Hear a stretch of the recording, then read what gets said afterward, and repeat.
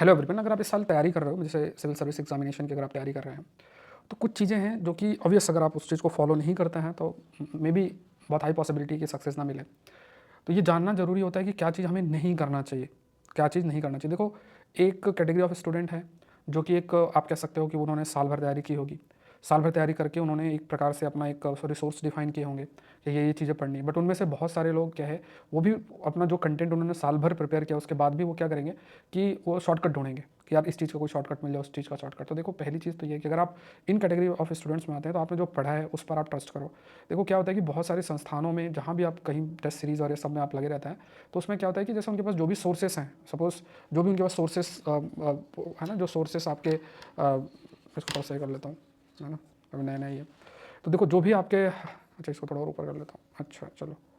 तो जो भी सोर्सेस हैं आप कह सकते हैं, जो भी आपके सोर्सेस होते हैं, है ना, मतलब जो क्वेश्चंस के फ्रेमिंग की बात होती है, टेस्ट सीरीज में क्वेश्चन फ्रेम होते हैं, तो वो मान लो उन्होंने 4 साल भी पहले भी बनाया, तो वो क्वेश्चंस लोग करते हैं।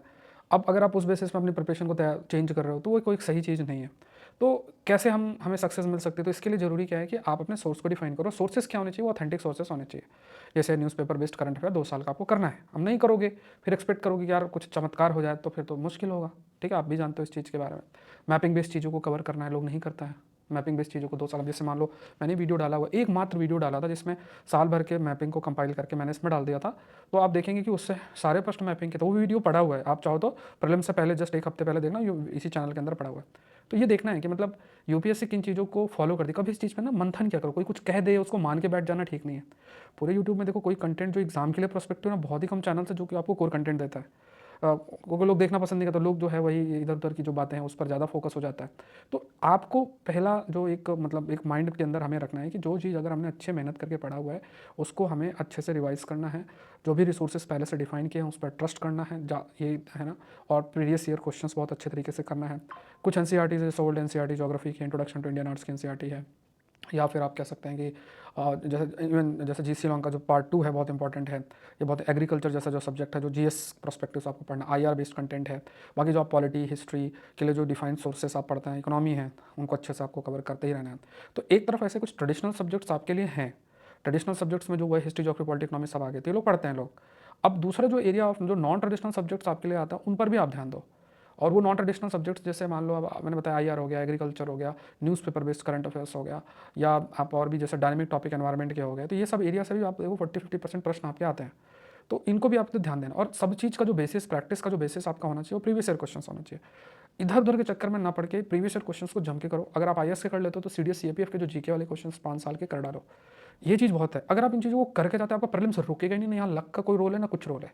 लक, जब आप डिसीजन गलत लोगे तो लक का रोल बढ़ता जाएगा, अगर आप डिसीजन सही लोगे लक अपने आप उसका जो रोल है वो रिड्यूस होता जाएगा। अब हमें अपने आप को देखना है ना कि भाई हम किस लेवल पे हैं, हम किस लेवल पे। अगर आप किसी एक सब्जेक्ट पर ही महारत हासिल कर रखा, उसी पे पढ़ते जा रहे हो, उसी के क्वेश्चन सॉल्व करते हो, उससे क्या होगा?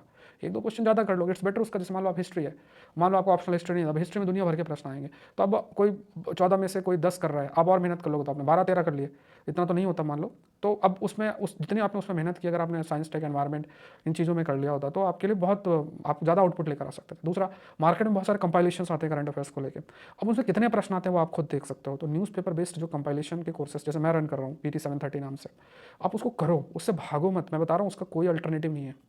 और जो क्योंकि जितने भी सब्जेक्ट्स हैं ना उनका सारे एडवांस टॉपिक्स इन्हीं न्यूज़पेपर बेस्ड कंटेंट से भी होगा। भले आप 60-70% ही कर पाओ, लेकिन आपको देखना कि जो भी एडवांस टॉपिक सब्जेक्ट्स के अलग अलग होंगे वो इसी न्यूज़पेपर बेस्ड कंटेंट से ही कवर होंगे। तो जैसे मान लो मैंने PT 730 में आपको लिखित कंटेंट भी दिया, मोर देन 1000 पेजेस के हैं, और आपके वीडियो लेक्चर्स भी हैं, तो उन चीज़ों को आप करो। ठीक है, बाकी डिटेल में लास्ट में आपसे डिस्कस करूँगा। तो ये चीज़ माइंड पे आप रखें। और कई लोग हैं, अब जैसे मान लो कई जगह पे कोई कंटेंट चल रहा है, अब आप देखो जैसे आई टेक करंट अफेयर्स, इसको लेते लेते मुझे तो लग रहा है कितना टाइम हो गया, 5-6-7 साल जितने भी हो चुके हैं। तो एक एक्सपर्टीज आ जाती है चीज़ों को लेके।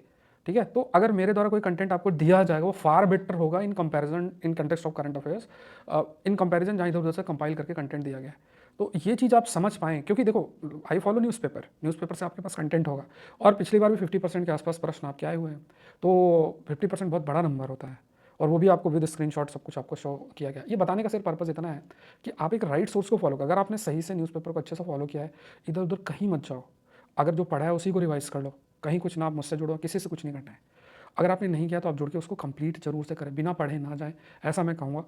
और जो ऑथेंटिक किताबें हैं, एनसीईआरटीज़ हैं, उनको अपना मूल मंत्र जो है बनाएं, रादर देन आप कोई शॉर्टकट की तरफ जाने का प्रयास करें। ऐसा मेरा मानना है और आप लोग ज़रूर से सक्सेस होंगे।